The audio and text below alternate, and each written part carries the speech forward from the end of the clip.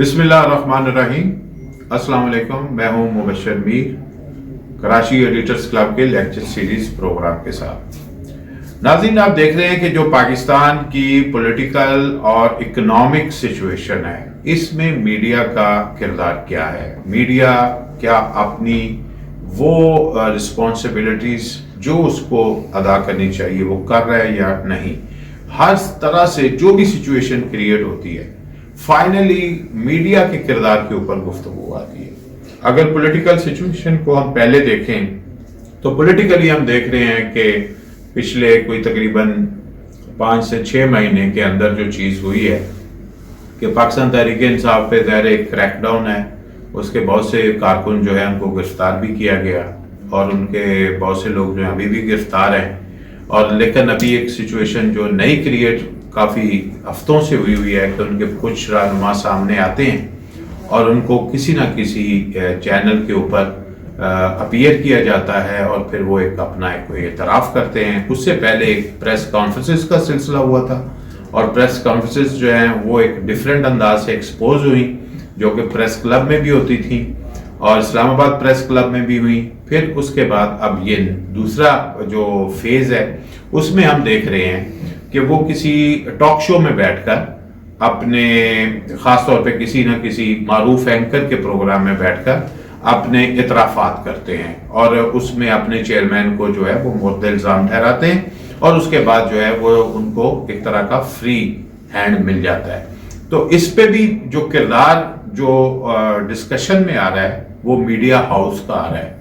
उस एंकर का भी आ रहा है कि क्या वो उसने पूरे अपने जो एक जर्नलिज्म की नॉर्म्स हैं, वैल्यूज हैं, ट्रेडिशंस हैं, उनका उसने ख्याल किया कि नहीं किया। जितने भी प्रेशर्स हैं, जो भी सूरत हाल है, कहीं से भी उसको जो है वो कहा जा रहा है, वो अपनी नौकरी बचाने के लिए कर रहा है, कुछ भी कर रहा है, लेकिन जो एक मीडिया की जो एथिक्स हैं उसको किस हद तक जो है वो फॉलो किया गया है। और उसके बाद जो उसकी फुटेजेस के कुछ पीसेस भी सामने आए कुछ प्रोग्रामों के, तो उससे अंदाजा हुआ कि जो एंकर्स ने जो दावे किए थे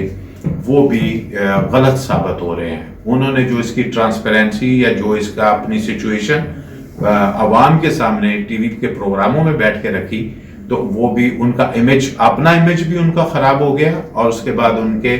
चैनल का इमेज भी खराब हो गया। तो लिहाजा ये एक बड़ी ऑकवर्ड सिचुएशन जो है वो क्रिएट हो गई है, खास तौर पर पॉलिटिकल साइड पे। अब इसी तरह जिस वक्त हम इकोनॉमिक साइड देखते हैं तो इकोनॉमिकली भी हम देख रहे हैं कि बहुत ज़्यादा पाकिस्तान जो है वो स्ट्रेस में है। बहुत से मामलात जो थे उसमें करेंसी के इश्यूज थे, फिर उसके अलावा जो है वो पेट्रोल प्राइसेस के हवाले से चीज़ें थी। और अभी हम देख रहे हैं कि जो उसकी मुख्तलिफ सर्वे रिपोर्ट्स जो हैं वो चैनल्स जो हैं उन पर करवाई जा रही हैं कि वो बड़ी डिफरेंट है कि जो पहले तो जब इतनी ज़्यादा प्राइसेस हाई हुई थी तो उस पे किसी चैनल को इस तरह खुल के सर्वे करने की एक तरह से इजाज़त नहीं थी कि कोई ये चीज़ चलाए कि इस वक्त जीना दोबर हो गया है, प्राइस जो है वो बहुत ज़्यादा हो गई हैं, डॉलर के हवाले से कोई बात नहीं कर पा रहा था। या फिर कि हम देखते हैं कि पॉलिटिकल गुफ्तगू तो हो रही थी, लेकिन इसके साथ साथ हम ये भी देख रहे थे कि इकोनॉमिक साइड के ऊपर जो है वो बात करना जो है वो मुश्किल हो गया था। इकोनॉमिक्स के ऊपर कोई बात नहीं कर रहा था। इस तरह पॉलिटिकल साइड पे अगर हम वो बात कर रहे थे तो उसमें जिस पार्टी के बारे में बात हो रही होती थी उस पार्टी का जवाब देने के लिए बंदा ही कोई नहीं बैठा होता था। तो ये भी एक तरह की वैल्यूज के खिलाफ है। दो चीजें होगी। अब तीसरी चीज भी मैं आपके सामने रखना चाह रहा हूं जो फाइनली वो क्या है कि अभी हाल ही में हमारे सामने एक निजी जिंदगी जो इंसान की होती है उसके बारे में, खास तौर पर जो मुस्लिम लीग नून की रहनुमा है मरियम नवाज, उनके बेटे का जो एक केस सामने आया वो उनके डाइवोर्स का था, जो उन्होंने खुद ही रिवील किया और बताया जा रहा है कि वो कुछ महीने पहले से ही हो चुका था, लेकिन उन्होंने खुद ही ट्वीट करके नवाज शरीफ साहब की आमद से पहले ही उन्होंने वो ट्वीट करके लोगों को बताया कि कंफर्म की उस चीज को। और फिर उसके बाद उसके ऊपर सोशल मीडिया पे एक तूफान आ गया जो कि आता होता है। लेकिन आज मैं एक चैनल पे देख रहा था कि जो एक दानिस्ता प्रोग्राम किया जा रहा था कि क्या किसी की निजी जिंदगी में दखल देना चाहिए कि नहीं। ये भी ख्याल अभी आया है कि निजी जिंदगी पर बात नहीं करनी चाहिए। मैं इसमें एक चीज कहना चाहता हूं कि जो निजी जिंदगी होती है खासतौर पे पब्लिक फिगर की, جو ہمارے فیصلے کرنے کی کوشش کر رہے ہوتے ہیں، جو ہمارے سے ووٹ مانگتے ہیں تاکہ وہ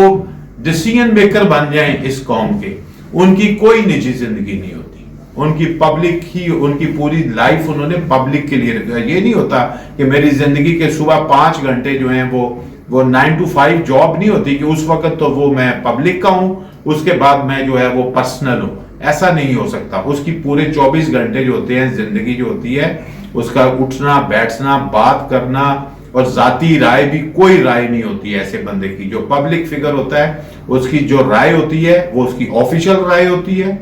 جو اس کا عمل ہوتا ہے وہ اس کا آفیشل ہوتا ہے، جو اس کا فیل ہوتا ہے وہ بھی آفیشل ہوتا ہے۔ تو لہذا اب یہ سوال اٹھانا کہ کسی کی نجی زندگی کے بارے میں بات نہیں کی جا سکتی، یہ بھی irrelevant ہے۔ ہاں، اس کی نہیں کی جا سکتی جو ہم سے اپنے ووٹ رائٹ